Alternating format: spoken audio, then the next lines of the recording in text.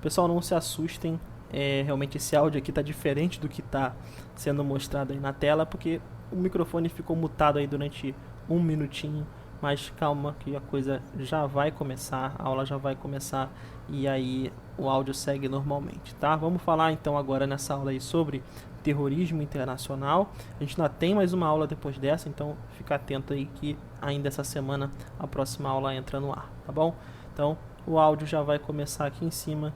Se cuida, preste atenção aí que a matéria é densa. Tchau, tchau. Esse termo, guerra ao terror, é um termo que para minha geração ficou muito marcado. Talvez não para a geração de vocês, vocês já são uma geração posterior. Isso remete a uma data em específico, que é o 11 de setembro de 2001, aquele tipo de data em que o mundo muda. Realmente, as pessoas que vivenciaram esse evento normalmente sabem onde estavam, naquele exato momento, onde viram o que estava acontecendo, onde perceberam o que estava acontecendo. Foi um evento realmente que mudou a história. A gente viu a história sendo feita naquele dia. Eu estava justamente numa aula de geografia. E o que aconteceu em 11 de setembro, caso você não saiba ainda? Em 11 de setembro, um atentado terrorista aconteceu no território americano, mais especificamente, os alvos foram o World Trade Center e o Pentágono. Um outro aviões foram jogados nessas estruturas, um avião em cada torre do World Trade Center e um avião também no Pentágono. Um outro avião e teria um outro alvo, provavelmente esse alvo seria a Casa Branca ou o Congresso, mas ele foi interceptado e não conseguiu concluir esse objetivo. A partir de então, os Estados Unidos, na figura sobretudo do presidente aqui, o George W. Bush, é importante esse W no meio porque o pai do George W. Bush também foi presidente dos Estados Unidos e também se chamava George Bush. Então muitas vezes a gente se refere a esse Bush aí como Bush filho, tá bom? Ele promove então uma fala bastante contundente, promovendo a guerra então contra o terrorismo. A grande questão é um momento em que a gente tem uma mudança de paradigma, porque até então você tem guerras entre estados, entre países, alvos bem definidos, territórios bem definidos. Agora nós temos uma guerra contra o terror. Onde está o terrorista? O terrorista ele tem uma espacialidade, ele está num território, ele significa de fato uma guerra contra um determinado espaço, ou ele pode estar em qualquer lugar? Quem é esse terrorista? Quem é esse grupo terrorista? Onde ele está situado? Ele pode mudar de lugar? Enfim, são novos preceitos para uma guerra. São novos conceitos que vão ser aplicados para uma guerra. Algo novo até então na história, nas proporções em que se desenhou. Então, remeter ao 11 de setembro é importante para a gente entender por que esse tema hoje ele ainda repercute. Tá? Vamos tentar definir primeiro o que é terrorismo. É muito difícil a gente chegar num consenso. Por que é difícil chegar num consenso? Deve estar imaginando, cara, é tão difícil chegar num consenso assim? É difícil chegar num consenso porque, sobretudo, para a gente tipificar o terrorismo, a gente tem que entender quem pratica o terrorismo, quem é o terrorista, de fato.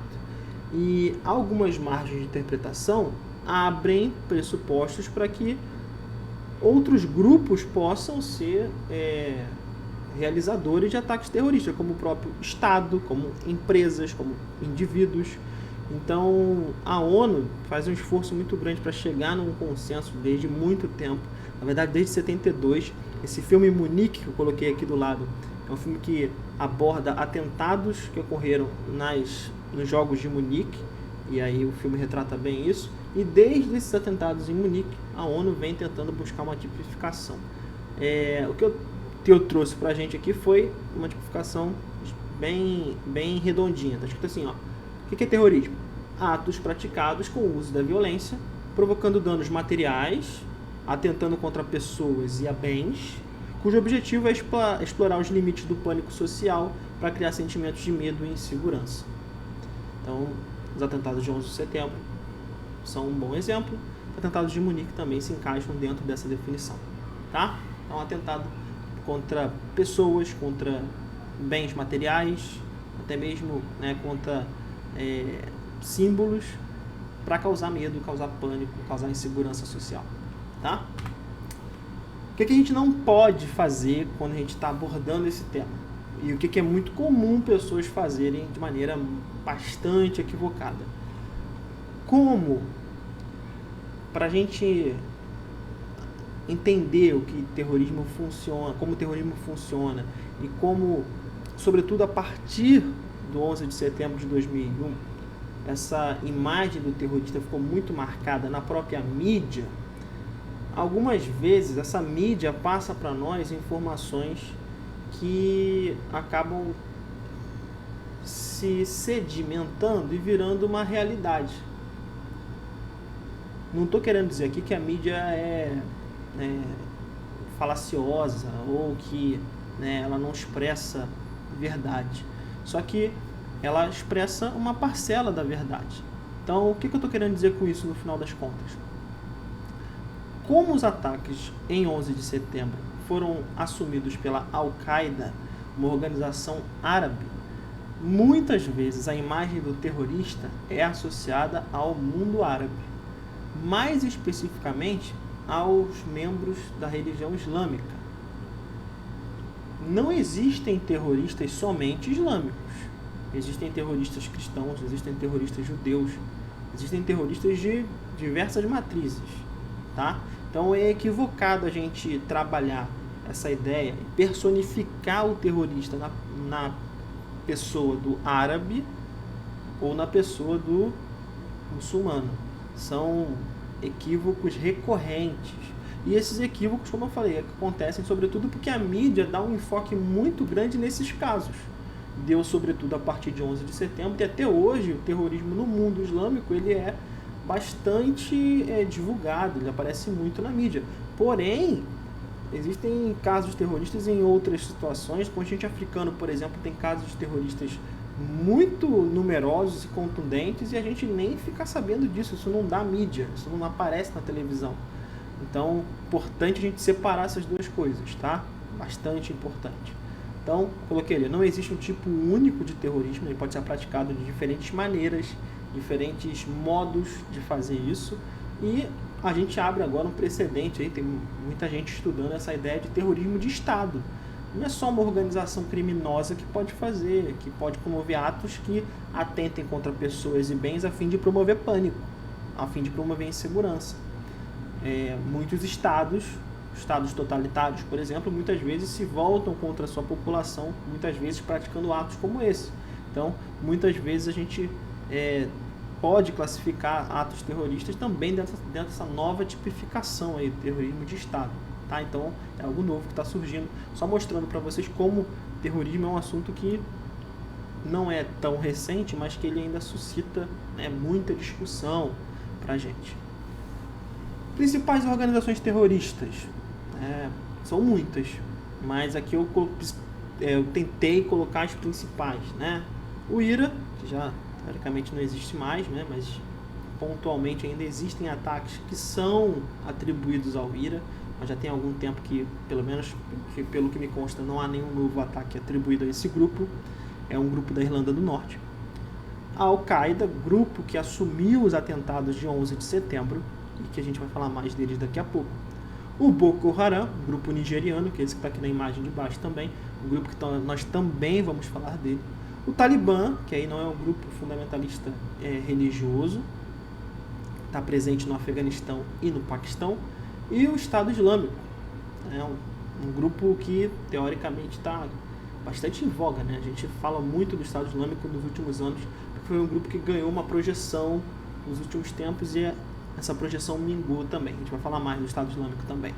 Nas imagens ali eu tenho o Osama Bin Laden, líder da Al-Qaeda durante determinado momento, até que ele foi morto por tropas americanas.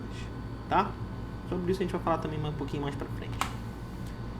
Para entender terrorismo, vamos tentar focar nessa ideia primeiro desse fundamentalismo religioso. Tá?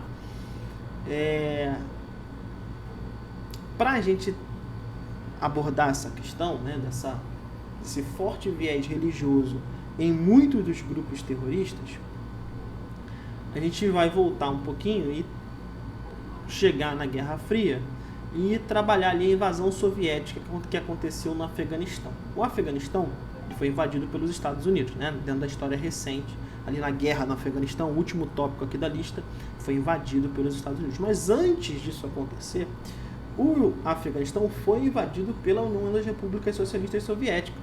Os soviéticos tomaram controle do Afeganistão entre 1979 e 1989. A partir disso, o governo capitalista americano começou a incentivar grupos dentro do Afeganistão para lutarem contra o domínio soviético. E aí que surgem aqui, ó, os Mujahedins. Não sei se é assim que pronuncia não, tá? Estou tentando me aproximar disso. Os Mujahedins vão surgir dentro dessa expressão, é uma palavra que significa guerreiro, tá? Ou guerreiro religioso, muitas vezes é utilizada nesse sentido. É desse termo que vai surgir o termo jihad. Jihad é o que significa guerra santa, né?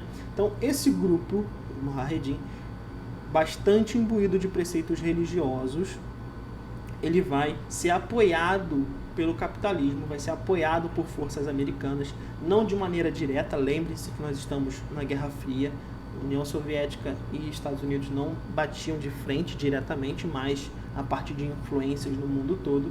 Então, o governo capitalista vai apoiar movimentos de insurgência ali dentro do Afeganistão para tomarem controle do Afeganistão novamente. É inclusive desse momento que surge aí o Talibã, um grupo que a gente vai falar mais para frente também. A partir do 11 de setembro, contudo, o jogo muda, né? E aí a gente já viu que o Afeganistão vai ser invadido pelos americanos, né? E aí a gente vai ter a guerra no Afeganistão, tá? Então, a partir de 11 de setembro, é só coloquei essa linha do tempo aqui pra gente, para vocês entenderem que os personagens mudam às vezes de lado, né? Os personagens desse tabuleiro que a gente está montando aqui, por vezes apoiam um país, por vezes apoiam outro. Então, os soviéticos já invadiram o Afeganistão e os americanos foram aliados do povo afegão nesse quesito para liberar, né, para libertar o povo afegão da influência soviética. Porém, depois de 11 de setembro, é o próprio Estados Unidos que invade o Afeganistão. Tá? Coloquei aqui uma imagem do Rambo, que também não é da idade de vocês. Eu tô com uma pequena esperança de que vocês saibam quem é o Rambo. Mas enfim, o Rambo é um herói de guerra de filmes da década de 90. E obviamente, como eu falei que a mídia é muito responsável pelas imagens que a gente recebe, assim também é com o cinema, com as séries que a gente vê, né? Então, obviamente que produções americanas, produções em Hollywood, vão retratar o lado dos Estados Unidos. Então, os soviéticos eram absolutamente os vilões. Rambo 3 aqui, esse filme se passa justamente na invasão soviética, entre 79 e 89. E o Rambo foi lá nos Estados, né, no Afeganistão para liberar amigos americanos que estavam presos e liberar o povo afegão, né? Enfim, aqueles filmes de guerra mentirosíssimos, mas o Rambo virou um personagem famoso no cinema e tá até no novo Mortal Kombat, tem o Rambo no novo Mortal Kombat. Enfim, avançamos aqui, mas é importante dessa estrutura aqui a gente entender essa mudança de apoios, que isso vai voltar a acontecer, e sobretudo o surgimento do Talibã aqui, ó. O Talibã vai ganhar muita força após esse apoio americano e vai se tornar um problema depois também para os próprios americanos, tá? Então, atenção aqui para o Talibã que apareceu aqui, ele vai aparecer de novo. Além de falar do Afeganistão, a gente precisa falar do Iraque. Muitos grupos terroristas, e sobretudo a história do 11 de setembro, vão remeter ao Iraque, tá? Primeiro de tudo, guerra Irã e Iraque. O Irã e o Iraque entram em conflito, e se você viu o vídeo passado, você vai entender que os iranianos são de maioria xiita e os iraquianos são de maioria sunita. Então já vai haver aí um conflito religioso. A gente falou na aula passada sobre conflitos no Oriente Médio, que muitos deles provêm de questões religiosas. Então, a guerra Irã-Iraque aqui está muito baseada nisso, tá? O Irã apoiado pelo xiita, de controle xiita, e o Iraque de controle sunita. O que acontece? Os Estados Unidos apoiavam o Irã. Porém, o Irã, após uma revolução, eles expulsaram o líder iraniano que era parceiro que era fechamento dos Estados Unidos. A partir de então, o Irã deixa de receber apoio americano. E aí quem vai receber apoio americano vai ser o Iraque. Então, os Estados Unidos aqui, como eu falei para vocês que os papéis mudam um pouquinho, ó. Então, antigos aliados iranianos agora apoiam o Iraque, tá? Entre o conflito da guerra Irã-Iraque, o Iraque sai bem sucedido, porém temos posteriormente a Guerra do Golfo. E aqui na Guerra do Golfo o Iraque invadiu o Kuwait, invadiu outro país, sendo aí então rechaçado por uma aliança internacional. Aliança essa liderada pelos Estados Unidos. Então vejam aqui como há mudança de perspectiva, né? A mudança de posicionamento, sobretudo dos Estados Unidos. Tá? Então, durante a guerra do Irã e do Iraque, os Estados Unidos apoiou o Saddam Hussein, apoiou o Iraque contra o Irã, porém, posteriormente, na guerra do Golfo, os Estados Unidos vão contra o Iraque na invasão ao Kuwait. Tá? Então, as relações entre os Estados Unidos e o Iraque já não estavam muito bem desde a guerra do Golfo. Quando acontece o 11 de setembro, os americanos vão acusar, sobretudo, o líder iraquiano, o Saddam Hussein, de ter relações com a Al-Qaeda, de proteger a Al-Qaeda, proteger células da Al-Qaeda dentro do território do Iraque. E aí os americanos falam o seguinte, olha, esse líder tem que ser deposto porque, além disso, ele possui armas de destruição em massa, aquelas vulgas armas nucleares, tá? Então, o Iraque ter armas de destruição em massa vai contra aquele protocolo de não proliferação de armas nucleares, né? Os países não podem fabricar mais armas nucleares.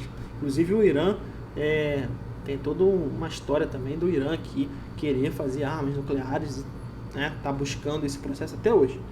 Mas os Estados Unidos acusam o Saddam Hussein de terem armas de destruição em massa e apoiar a Al-Qaeda. Essas armas nucleares nunca foram encontradas, tá? Tropas da ONU, até tropas americanas invadiram o Iraque, a gente já sabe disso, mas nunca encontraram essas armas de destruição em massa, tá? Mas mesmo assim, isso fundamentou a invasão americana, né? Isso deu um suporte à invasão americana, deu um motivo para a invasão americana ao Iraque, tá? A invasão ao Iraque acontece em 2003, 2 anos depois dos ataques de 11 de setembro de 2001, e 3 anos depois o líder, o Saddam Hussein, que já havia sido apoiado pelos Estados Unidos antes, relembro, ele vai ser deposto, vai ser condenado ao enforcamento. Então essa imagem que nós temos aí é a queda, né, do monumento ao Saddam Hussein, tá, no Iraque. Então, percebam como o posicionamento mudou aqui, tá? De grupos terroristas no Oriente Médio, além, né, daqueles que a gente citou lá na frente, vão aparecer aqui grupos que têm forte presença de fundamentalismo islâmico, tem grupos que não têm uma presença forte de viés religioso, mas são milícias locais, como o Hamas e o Hezbollah.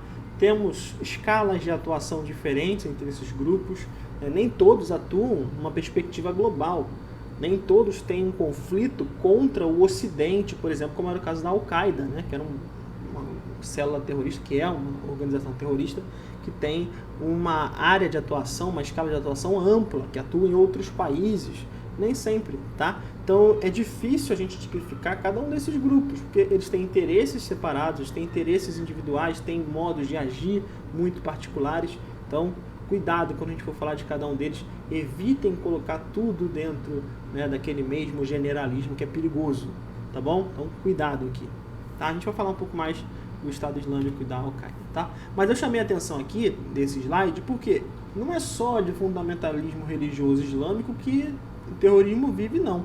Existem grupos fundamentalistas cristãos também, grupos fundamentalistas judeus. Um exemplo aqui é a Ku Klux Klan. A Ku Klux Klan, que não está no Oriente Médio, né? Está aqui nas Américas, e que promove uma atuação absolutamente fundada num cristianismo distorcido.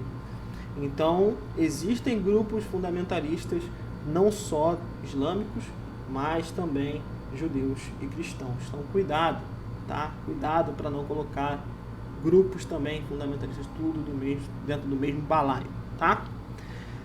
Esse tópico aqui é importante, ó.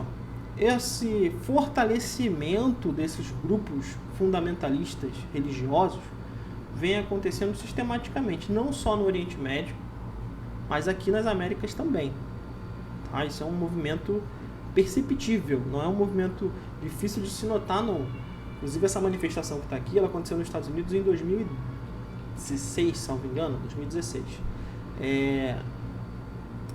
Que é um grupo supremacista branco, promovendo a supremacia, né, branca aqui em relação aos outros povos, também numa interpretação distorcida, né, de preceitos religiosos. Então, esses grupos vêm crescendo, esses grupos vêm ganhando força ao longo do mundo todo, o que, de certa forma, atesta contra um Estado laico. O Estado laico é aquele Estado em que cada um pode manifestar a fé que quiser, ou mesmo o direito de manifestar fé alguma. Então, o Estado laico é uma instituição que vem já sendo um consenso, vamos dizer assim, há muitos anos, e agora essa ideia está cada vez mais ameaçada, né? O próprio Brasil é um Estado laico, e na nossa Constituição diz que o Brasil é um Estado laico. Nós não temos uma religião oficial, nós já tivemos, né? O Brasil já foi um país católico, mas o próprio Dom Pedro II muda nosso preceito para um Estado laico, ou seja, um Estado que não tem um olhar religioso. O olhar do Estado é absolutamente administrativo. Cada um pode ter a religião que quiser. Isso é o que diz a nossa Constituição hoje. Não necessariamente isso se aplica, tá? A gente percebe aqui mesmo no Rio de Janeiro vários grupos religiosos sendo perseguidos. Grupos religiosos espíritas, por exemplo, são perseguidos muitas vezes, tendo seus locais de culto destruídos, né, atacados, seus representantes também sendo ameaçados. Enfim, nós estamos vivendo um momento de intolerância religiosa mesmo o Estado sendo laico, tá? Então, estamos vivendo talvez uma mudança de paradigma aqui, tá bom? Estado Islâmico. Agora eu vou tentar focar um pouquinho em grupos específicos, tá? Vou falar do Estado Islâmico, vou falar do Boko Haram, principalmente desses dois. São os dois que chamam mais atenção na história recente. O Estado Islâmico, ele é uma dissidência da Al-Qaeda, um outro grupo também. E qual é a ideia do Estado Islâmico? É estabelecer um califado. O que é um califado? O califado é um Estado administrado por um califa. Tá? Tem até aquela música do Tchan lá, o califa tá de olho no decote dela, uma música que hoje não passaria, né? Mas na década de 90, ali nos anos 2000, passou. Então, o califa, ele é tanto líder religioso quanto líder político, tá? Então é como se o presidente do país, vamos dizer assim, também fosse o líder religioso, fosse o Papa, por exemplo, daquela religião. Estou tentando associar algo mais próximo da gente, porque a maior parte dos brasileiros são católicos, né? Mas é a religião com maior expressividade no Brasil. Então, é como se o líder religioso e o líder administrativo fossem a mesma pessoa. Então, um califado é um estado que exige uma religião própria, tem a religião daquele povo, tá? Então, ele não admite outras religiões e existe um líder que, além de ser um líder administrativo, é o líder religioso. O Estado Islâmico autoproclamou Abu Bakr al-Baghdad, esse senhor que está aí, ele é o califa do Estado Islâmico, tá? Esse cara já saiu de ótica, tá? Já saiu do poder. O Estado Islâmico, ele ganhou muita relevância, sobretudo porque ele aproveitou um vácuo de poder. A partir da guerra do Iraque, a partir da guerra da Síria, o Estado Islâmico ganhou territórios, ganhou até muitos territórios. Foi um grupo terrorista que utilizou muito da linguagem da própria mídia, da própria internet. Angariou, inclusive, seguidores no mundo todo que foram para lá, para o Oriente Médio, seguir o Estado Islâmico, né? Então, tiveram casos até, inclusive, aqui no Brasil, de jovens brasileiros que foram para o Oriente Médio para se filiar a esse movimento. Então, eles aproveitaram esse vácuo de poder causado pelas guerras aqui e controlaram importantes territórios, tanto no Iraque quanto na Síria. Na Síria, inclusive, eles controlaram territórios ricos em petróleo, vendendo petróleo até mesmo para o próprio governo sírio. Olha que loucura, né? Porém, a partir desse grande poderio, esse grande crescimento do Estado Islâmico, né, da atuação muito contundente, ataques violentos, né, que eles divulgaram via internet, toda uma mobilização internacional começou a ser feita contra o Estado Islâmico, o que resultou em uma frente contra esse grupo. Inclusive, eu falei na aula passada da participação dos curdos, do povo curdo, contra o Estado Islâmico, né? O exército curdo contra o Estado Islâmico. Então, esse grupo passou por um grandíssimo enfraquecimento, sobretudo a partir dessas alianças internacionais para combatê-lo. Tá? Então, é um grupo que ganhou expressividade e hoje tem muito menos expressividade que tinha há 10 anos atrás. Tá? Principais atentados terroristas, daí não só do ISIS, não, mas de outros grupos também. Temos atentados em 2016 na França, em 2016 também em Berlim, em 2017 em Londres, em 2017 em Estocolmo, em Barcelona. Tivemos ataques em 2018, tivemos ataques em 2019 também. Enfim, percebam que todos esses aí são na Europa, né? Muitos ataques acontecem na Europa, quer dizer, muitos ataques que chegam até a mídia acontecem na Europa. Mas existiram outros ataques também que não ganharam tanto enfoque. Um deles, principal deles, que eu diria, é o promovido pelo Boko Haram, esse grupo terrorista que se baseia muito nas ações do ISIS, tá? No Estado Islâmico. Também quer promover um califado, que é uma área onde existe aí um Estado, um governo com base em preceitos religiosos a partir de um califa. Então, o Estado Islâmico e o Boko Haram também querem promover um califado, tá? As ações dele atuam na Nigéria e, por ser no continente africano, muitas vezes não ganha visibilidade. Mas o ataque do Boko Haram normalmente é um ataque muito violento, tá? E eles têm um controle de área, têm um domínio de área de uma parte da Nigéria durante certo tempo já. Então é um grupo que vem sendo combatido pelo governo nigeriano, mas que essa situação muitas vezes não ganha comoção internacional, né? Então, acho que da mesma forma que tropas foram mobilizadas para resolver problemas no Oriente Médio, o continente africano está aqui sendo deixado de lado, né? Então, como a questão da mídia ela é tão influente. O caso mais grave do Boko Haram é o sequestro de estudantes entre 2014 e 2017. Na verdade, em 2017, parte dessas estudantes foram libertas, tá? Mas nem todas. Então eles sequestraram estudantes femininas, do sexo feminino, trabalhos forçados e outros tipos de violência que vocês podem imaginar aconteceram entre 2014 e 2017. Algumas não foram liberadas em 2017, então isso é um ataque terrorista sem precedentes que dura ao longo do tempo, além de promover massacres em determinadas vilas, né, ataques em determinados locais na Nigéria. Então, Boko Haram é um grupo muito participativo, muito forte no continente africano, sobretudo no território nigeriano, e a gente pouquíssimo fala dele. A gente fala muito mais da Al-Qaeda, a gente fala muito mais do Estado Islâmico, mesmo esses grupos muitas vezes não tendo o impacto de atuação que, por exemplo, o Boko Haram tem. Tá? Para terminar, acho que tem... para terminar, é o último, tá? Trouxe aqui um caso também aqui na Ásia, aqui, ó, na Chechênia, tá? Falei também na última aula do caso da Chechênia, estou retomando ela aqui. Na verdade, na última aula eu falei da Chechênia e do Daguestão. Agora estou trazendo o caso específico da Chechênia aqui de novo pra gente. No caso da Chechênia, no fim da União Soviética, vários territórios então da União Soviética vão brigar por suas emancipações, vão promover movimentos nacionalistas para terem mais independência. Diferente do caso da Crimeia, não sei se vocês lembram, no caso da Crimeia também falei na última aula. No caso da Crimeia, que era um território da Ucrânia, a maior parte dessas pessoas que moravam na Crimeia se sentiam enquanto russos. Então o governo russo foi lá e dominou esse território, falando, esse território aqui é um território russo porque a maioria das pessoas aqui se auto-intitula russa. Mais ou menos assim. Isso foi feito através de um plebiscito. Tá? No caso aqui da Chechênia é o inverso.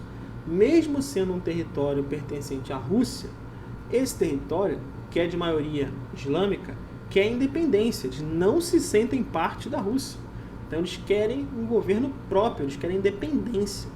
Então eles promoveram movimentos pró-independência e quase obtiveram sucesso lá pelos anos de 1990. Então eles promoveram guerras civis para se libertar da influência russa, mas não conseguiram ter sucesso nessa libertação. Eles quase conseguiram em 1990. A partir do momento que o Vladimir Putin assume a presidência russa, ele vai com muita força, com muita virilidade aí contra esse movimento separatista e acaba extinguindo ele a partir de 1999. Eles são absolutamente derrotados. Então, a Chechênia continua fazendo parte do território russo, mesmo com maioria islâmica, mesmo não querendo fazer parte do território russo ou querendo ter mais autonomia, pelo menos. Tá? A partir dessa derrota, atentados terroristas vão começar a serem promovidos por chechenos que enxergam dentro desses atos terroristas, uma maneira de chamar a atenção para o caso. Então aqui, por exemplo, não é um grupo que está absolutamente fundado num preceito religioso. A questão aqui é estatal. Eles querem liberação desse território, eles querem autonomia. Eles têm uma participação religiosa, mas a participação religiosa deles aqui não é o principal foco. É sobretudo uma questão de Estado, uma questão de poder. O principal ataque terrorista promovido por grupos terroristas chechenos foi a ocupação do teatro de Moscou. Então eles foram até a capital da Rússia, lá Moscou, e sequestraram as pessoas dentro do teatro. Essa ação foi absolutamente um desastre, porque tanto terroristas quanto civis morreram, muitos civis morreram na atuação aí da repressão russa. Foi realmente um desastre, mas só para mostrar como casos como esse acontecem, não só no Oriente Médio, não só na África, mas acontecem aqui também. Aqui também, no caso, na Rússia também, tá? Bom, queridos, com isso eu passei muito por alto aqui em terrorismo internacional. São questões complexas, questões que ainda acontecem. É preciso acompanhar isso basicamente em tempo real. Você precisa dar um enfoque especial para isso, sobretudo para Enem. Sempre cai alguma coisa relacionada a esses movimentos. Então, cuidado com os generalismos, tá? Acho que o principal objetivo da aula de hoje foi esse. Cuidado com os generalismos. Eles possuem atentados com modos operantes diferentes, com escalas de atuação diferentes. Eles demandam coisas diferentes, eles exigem coisas diferentes. Então, muito cuidado, tá? Na hora de você generalizar as coisas, tá bom? Então, espero ter ajudado de alguma forma. Tem mais uma aula para entrar aqui antes da gente acabar, antes desse final de ano. Se cuidem e até a próxima, tá bom?